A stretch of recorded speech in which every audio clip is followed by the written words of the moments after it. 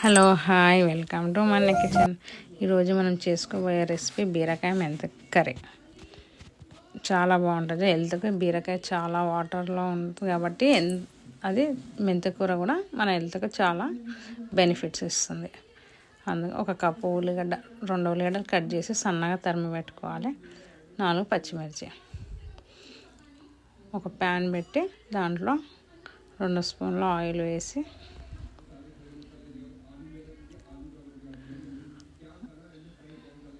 పోపు దినుసులు వేసుకోవాలి. తెలిసింది కదా, పోపు దినుసులు అంటే ఆవాలు, జీలకర్ర, మినపప్పు. ఈ తాలింపు మనం ప్రతి ఒక్క దాంట్లో కూడా వేస్తూనే ఉంటాం కాబట్టి తర్వాత ఉల్లిపాయలు వేసుకొని మగ్గనివ్వాలి. మగ్గిన తర్వాత మెంతి ఆకు మంచిగా 2 సార్లు కడిగి పెట్టుకోవాలి. 2-3 సార్లు. ఈ వర్షాకాలంలో మనకు ఆకుకూరలలో చాలా డస్ట్ ఉంటుంది కాబట్టి మంచిగా కడిగిన తర్వాత ఉల్లిపాయలలో వేసుకోవాలి. అందులోనే అల్లం వెల్లిగడ్డ కూడా వేసుకోవాలి.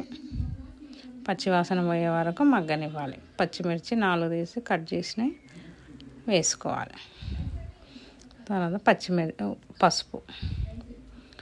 పసుపు వేసి పచ్చివాసన కూడా పోయే వరకు మంచిగా కలుపుకోవాలి. ఇప్పుడు మనం సన్నగా తరిమి పెట్టుకున్న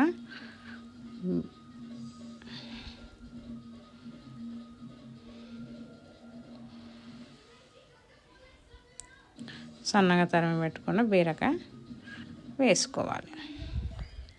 వేసి మంచిగా కలుపుకోవాలి. వాటర్ అస్సలు పోయేది, ఇందులోనే వాటర్ వచ్చేస్తాయి కాబట్టి మనము మంచిగా కలిపి కొద్దిసేపు లిడ్ పెట్టేసేయాలి.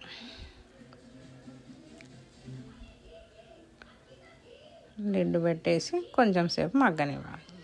చిన్న మంట పైన మంచిగా చేసి మళ్ళీ కొద్ది 5 మినిట్స్ అయిన తర్వాత ఇలా దగ్గరకు అవుతుంది. అయిన తర్వాత అప్పుడు మనం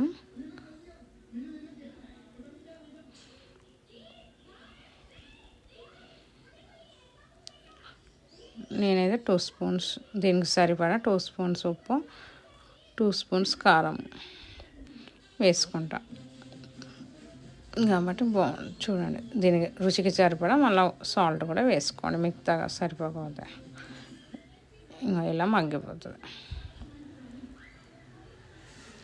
ఇలా అయిన తర్వాత మనం ఇంకొంచెం ఆయిల్ ఇలా పైకి తేలే వరకు ఉంచి స్టవ్ మంట చిన్న పెట్టుకోవాలి.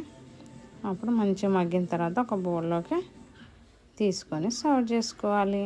అంతే, అయిపోయింది. మీకు నచ్చినట్టయితే షేర్ చేయండి, లైక్ చేయండి. కొత్తిమీరతో ఇలా గార్నిష్ చేసుకోవచ్చు. సబ్స్క్రైబ్ చేయండి. బాయ్.